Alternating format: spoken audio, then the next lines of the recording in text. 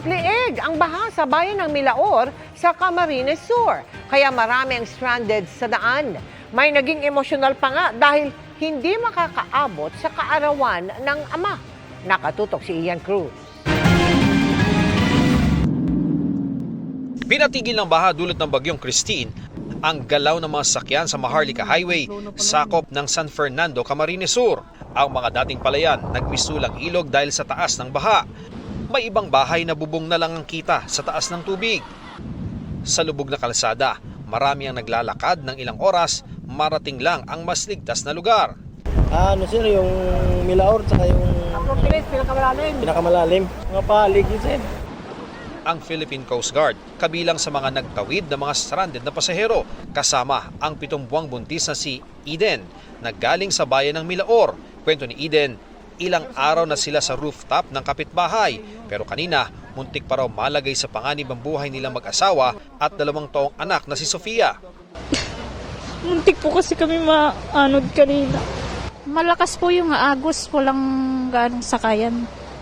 Hindi po kaya ng bangka. Giniginaw at pagod na si Eden kaya tinulungan na namin siyang kargahin si Sofia tungo sa mas tuyong lugar. Ang mataas na baha, pumerwisyo sa maraming motorista. Si Mang RV at pamilya, 2 araw na raw stranded. Sobra po, mahirap po. Unang-una po pag magsi-CR, tapos yung pagkain po namin, wala na kaming budget. Ang babaeng ito naman, naiiyak dahil hindi makauwi sa Tabaco Albay para sa 95th birthday ng ama. Ang mga kapatid niya raw umuwi galing Canada, sa Milaor naman na stranded. 95th birthday po ng Daddy. Happy birthday, Daddy, kahit nandito kami. Hanggang sa mga sandaling ito dito sa San Fernando, dito sa Camarines Sur ay talagang napakalakas ng hangin na nararamdaman natin.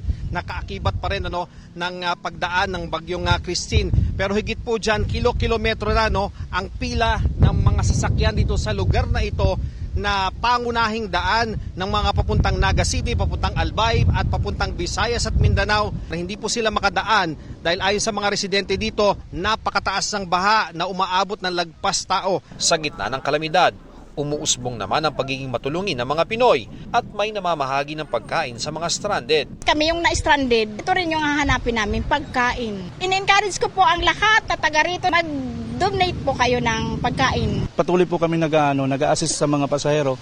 At ng LGU naman po, patuloy po nagbibigay sila ng mga pagkain na libre. Ayon sa San Fernando LGU, lahat ng kanilang barangay ang binaha kung saan mahigit 27,000 na residente o higit 10,000 na pamilya ang apektado.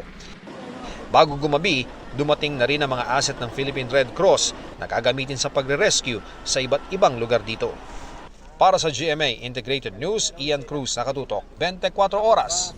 22 barangay sa Isabela ang nalubog sa baha kasunod ng paglandfall doon ng bagyong Christine. May mga tulay at kalsadang hindi pa rin madaanan. Nakatutok si Jasmine Gabriel Galban ng GMA Regional TV. Jasmine. Emil, aabot na sa 10,800 individuals ang nasa mga evacuation center sa probinsya ng Isabela. Halos maputol ang mga sanga ng puno sa ilang lugar sa Isabela dahil sa magdamag na pagbayo ng malakas na hangin. Kasabay ng buhos ng ulan na nagtuloy-tuloy hanggang kaninang umaga. Alas 12:30 ng madaling araw, tumama sa kalupaan sa Divilacan, Isabela ang sentro ng bagyong Christine. Dahil sa sama ng panahon, nawala ng supply ng kuryente sa ilang lugar sa probinsya. Mahirap po ma'am, mas lalo na kapag kapag walang tubig yung pinagdaanan namin apektado po lahat. Pagsapit ng umaga, makikitang epekto ni bagyong Christine. Pinadapa ng bagyo ang mga pananim na palay ng magsasaka sa bahagi sa bayan ng Tumawini.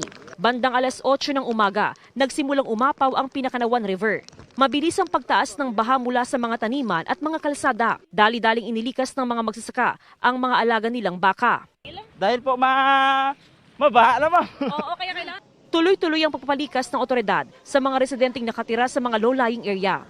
Nagkasalubong na ang Pinakanawan River at saka Cagayan River. So yung low-lying barangays namin, very critical na. Kaya nandito kami ngayon sa evacuation center para magbigay na ng food packs para sa mga evacuees namin.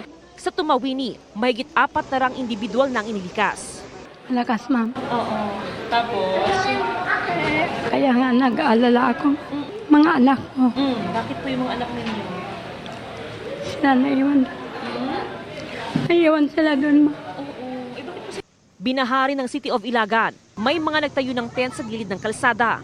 Hanggang sa kwan, ma'am. Diyan sa bubong, ma'am. Basta safety yung mga bata. Mas maayos na ang lagay ng panahon dito sa Ilagan City, Isabela. Pero ang problema ng mga residente ay lubog na sa baha ang karamihan sa mga bahay, partikular sa may barangay Santa Barbara Circumferential Road, matapos nga na umapaw ang ilog dito sa syudad. At ito nga mga kapuso, ipakita ko lamang yung mga bahay. Halos abutin na po yung bubong ng ilan sa mga bahay dito sa lugar. Ayon sa CDRRMO, 22 barangay sa Ilagan ang lubog sa baha, habang 10 barangay ang hindi na mapasok dahil sa taas ng baha. Puwersahang inilikas ang mga residente. Because of the rain na dumaloy, na na-receive ng upstream natin na bumaba sa amin ngayon, biglang tumaas po ang aming Pinakanawan River. So it's a main tributary of our Cagayan River. Sa monitoring ng PDRRMO, 7 overflow bridges sa probinsya ang hindi pa rin madaanan. Wala pa ring supply ng kuryente sa ilang lugar.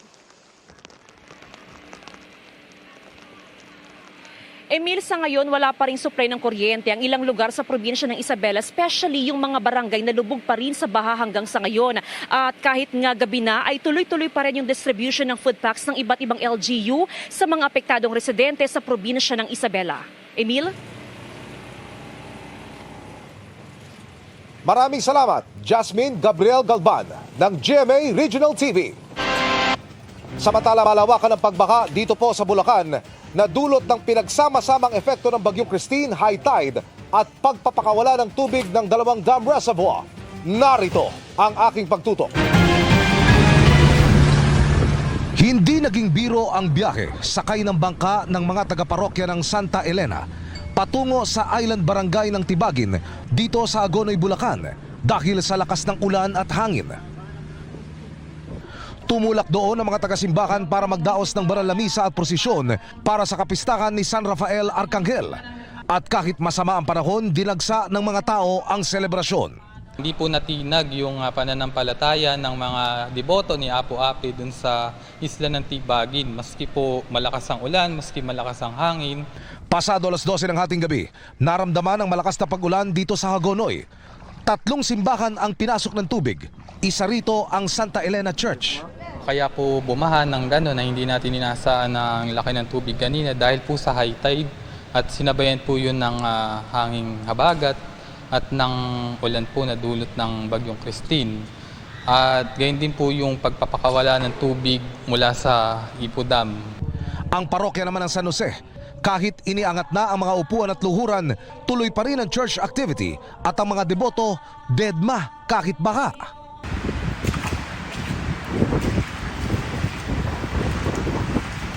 Ako po ay narito ngayon sa dambana ng San Jose.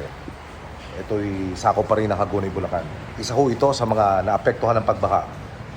Dulot ho ng walang tigil na bugos ng ulan mula po kagabi. Humupa na ho yung tubig sa parokyang ito, pero definitely ito ho'y pinasok. Basa pa rin ho yung aking nilalakaran ngayon, no? Patungo ho sa altar. Lubog din sa baha ang 14 na barangay sa Kalumpit. Pinakamataas sa barangay May Sulao at San Miguel na tinatayang umabot sa 7 talampakan. Dahil dito, nagbangka ang ilan para makatawid. Bukod sa tuloy-tuloy na ulan dahil sa Bagyong Christine, nakaapekto rin sa pagbaha ang high tide at pagpapakawala ng tubig ng Ipo at Bustos Dam. Magandang gabi mga kapuso. Ako po ang inyong Kuya Kim na magbibigay sa inyo ng trivia sa likod ng mga trending na balita. Ang matamis na ngiti ng isang guro mula Bulacan, napalitan ng lungkot nang ang kanyang computer nilanggam. Paano kaya mareremedyohan ang ating mga nilanggam na gadgets? Ang pre-service teacher mula Bulacan na si Edlan may effort sa paggawa ng kanyang lesson plan. Ang sweet naman. Pero nung gagawa na dapat siya ng kanyang leksyon kamakailan, ito ang bumungad sa kanya. Ang kanyang computer nilanggam. Nashock ako kasi ang daming langgam. As in, sobrang dami nila sa monitor. Nasa pinaka-inner talaga sila. Kitang-kita ako sila lahat. Pero bakit kaya tila ginawang home sweet home mga langgam ang computer ni Edlan? Kuya Kim, bakit nilalanggam ang mga bagay? Kuya Kim, ano na? Maraming gamit sa ating bahay maaring maging target ng mga langgam. May tendency talaga yung mga langgam na ma-attract sa mga appliances tulad ng TV, computer, laptops, cellphones. Kasi number 1, na-attract siya sa warmth na nirelease ng appliance. So number 2, kumakain sila doon malapit sa kanilang TV or sa kanilang laptop. May iwan na residues doon na mag-a-attract din ng mga ants. Para maremedyohan ang nilanggam na computer ni Edlan, Video ko shop. Hindi rin sila umalis. I do not recommend. It's really just physically removing them from the area. Kung hindi mo naman natanggal yung chemical ant trail, pheromones na ginawa nila papunta doon, babalik lang ulit kasi nandun pa rin yung pheromone trails na sinusundan nila. ang naging next step ni Edlan, In-upload ko siya sa TikTok. May nag-comment doon na lagyan ko daw siya ng vinegar. Kapag na-wipe out mo yung pheromone trail chemical na yon ng ibang chemicals, mawawala na yung kanilang trail. So, chinat ko siya after 1 day. Nawala na sila. Pero yung mga food nilang dinala, nandun pa rin sa pinakaloob. Yun yung mga napatay ko sa blower. As in, nakita ko pa rin sila hanggang ngayon dito sa monitor. payo ng mga eksperto. Baka kailangan mo ipadala talaga yung gamit sa mga technicians kasi kailangan nilang baklasin. I-blow out or i-vacuum yung mga langgam sa loob. Avoid eating or make sure your hands are clean when you're working on your computer. Kaya ang natutunang lesson ni Edlan, Maging malinis tayo sa paligid natin and also huwag na tayong mag-drink or kakain sa working area natin. ang computer ni Teacher Edlan muntik ng pamahayan ng langgam. Pero ito talaga ang may tuturing na home sweet home ng mga langgam.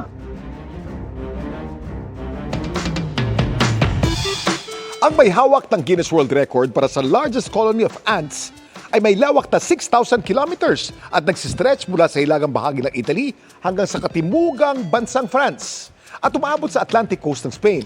May mga pag-aaral din nagsasabing umabot daw ito hanggang Portugal. Ang naturang colony ng langgam binubuo ng species na Dinapithema humile o Argentine ants. Ang workers ng species na ito maaaring humaba ng 2 to 3 millimeters. Samantala, para malaman ang trivia sa likod ng viral na balita, i-post o i-comment lang, #Kuya Kim, ano na? Laging tandaan, kimportante ang may alam. Ako po si Kuya Kim at sagot ko kayo, 24 oras. Pinalilikas na ang ilang taga Las Piñas dahil po sa pangambang mas tumaas pa ang baha. Nakatutok live si Rafi Tima. Rafi. Emil, sa mga oras na ito ay malakas pa rin yung buhos ng ulan dito sa ating kinaroroonan. Kaya naman wala nang dumating tayo rito, ay unti-unti pa rin tumataas yung baha dito sa ating kinaroroonan. Kaya naman pinalilikas na nga yung ilang residente sa barangay na ito. At yung mga motorista naman ay naglalakad na lamang dito sa baha dahil hindi na kinakaya ng pampublikong sasakyan ang taas ng baha rito. Ang dahilan ng baha sa pangunahing kalsadang ito, ang pagtaas ng level ng Longos River dahil sa tuloy-tuloy na pag-ulan. Dahil dito, stranded ang maraming motorista. Marami sa kanila, naglakad na lang para makalusot dito sa Zapote Junction. May mga nakamotor na nanghas lumusong, pero kahit nakapatay na ang makina, hindi na ito umandar. Hindi nyo alam na malalim? Hindi, sinabihan ako doon, malalim mo kuya. Tinuloy mo pa? Pinatay ko na lang, tinula ko na lang, malalim pala. Pinatay ko na lang yung makina. First time ko may experience ito kasi ngayon lang ako nag-work ng hanggang 5 p.m. Pero parang ganito nga. Dito po sa Aricap, sobrang taas ng tubig sa tabing ilog. Naglakad na lang ho kayo? Opo. Dahil tuloy-tuloy pa rin ang buhos ng ulan, pinangangambang tataas pa ang baha rito. Ang mga opisyal ng barangay Zapote 1, hinihikayat ang mga kabarangay na nasa mababang bahagi ng kanilang lugar na lumikas na ngayon pa lang.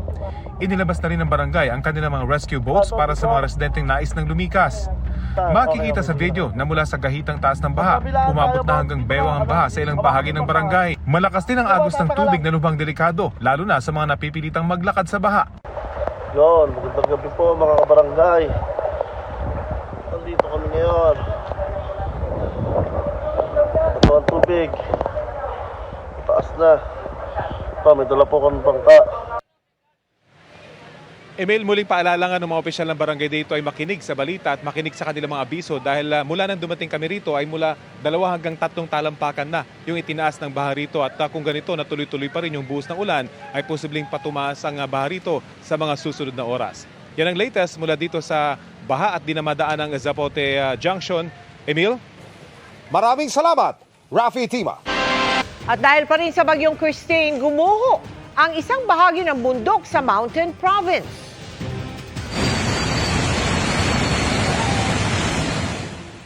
Napatras na lang ang sasakyang yan sa bayan ng Natonin. Bigla kasing rumagasa sa harap ng kotse ang pinaghalong putik at bato mula sa bundok, bunsod ng mga pag-ulan. Ligtas namang nakaalis ang naturang sasakyan. Samantala, katatanggap lang po namin ang balitang ito, idineklara ang state of calamity sa buong probinsya ng Cavite. Naniniwala ang ilang miyembro ng Quadcom ng Kamara na mas mainam na mag-inhibit sina Senador Bato de la Rosa at Senador Bongo sa pagdinig ng Senado sa Duterte drug war kung saan sila iniuugnay. Si De La Rosa ang PNP chief noon ni Duterte nang unang ipatupad ang gera kontra droga, habang sigaw naman ang special assistant to the president. Si De La Rosa sinabing hindi niya raw yan gagawin at magtatanong pa umano siya sa pagdinig ng Senate Blue Ribbon Committee. Sabay niyan, ginit din niyang hindi niya pinagsisisihan ang pagpapatupad ng Oplan Tokhang. Kung maaari, yung mga naakusahan ay mag-inhibit, no? Let the process take its course, ika nga. Kung ikaw ang mag-iimbestiga dun sa nag-akusa sa iyo, teka muna. I don't care kung sino masasaktan sa aking pananalita, basta ang habol ko lang dito sa katotohanan, lalabas ang katotohanan.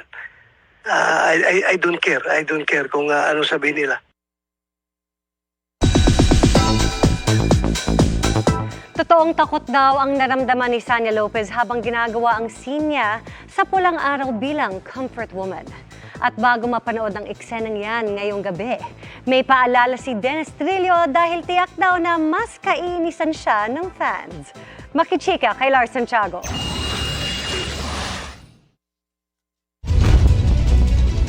Ang pinakamalagim na gabi kay Teresita Borromeo.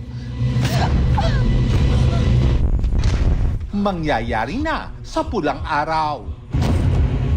Una raw na panood ni Sanya Lopez ang makapigil hiningang eksena nang pumunta siya sa tanggapan ng MTRCB kasama ang program manager ng kanilang series. Hindi ko mapanood yung sarili ko kanina. Wala akong ginawa kay Miss Edlin. Lola, Miss Edlin, ito na yun. Tapos parang, parang sila din na nanonood. Nakakaba. Babala naman ni Dennis Trillo sa viewers. Should I say, demanding at the same time, disturbing. Medyo umabot na sa papuntang disturbing na yung mga eksenang nangyayari. Kaya ihanda nila yung mga sarili nila. Siguradong kaiinisan nila ako kapag napanood nila yung mga eksena. Hindi raw makalimutan ni Sanya ang takot na naramdaman niya nang kuna ng eksenang yun. Totoong takot daw ang kanyang naramdaman na parang ayaw niyang mahawakan siya ni Dennis. Di ba po sa gwapo ni Kuya Dennis, pero kailangan po talaga na, ang inisip ko kasi doon kung ano ba talaga yung nangyari nung panahon ng World War II sa mga comfort women na nakita nating kung paano nagdusa. Nakatulong daw kay Sanya na marinig mismo ang mga tunay na kwento ng mga karanasan ng comfort women. Parang nilagay ko kasi yung sarili ko doon. Sobrang nakakatakot na sobrang swerte natin ngayon na hindi tayo dumanas ng ganyan. Habang tumatagal, lalong nagiging inspirado raw ang Team Pulang Araw dahil sa magandang aral na naihahatid sa kabataan. Nakikita mo na yung lahat ng eksena na, kailan lang ginagawa namin to, and now pinapanood na ng lahat at maraming nagkakagusto sa Pulang Araw. At maraming mga kabataan din na namumulat na, ganito pala yung panahon noon. Ito yung mga kwento na dapat natin ikwento na baka wala nang magkwento pag hindi pa natin siya pinakita ngayon. Lars Santiago, updated sa showbiz happening.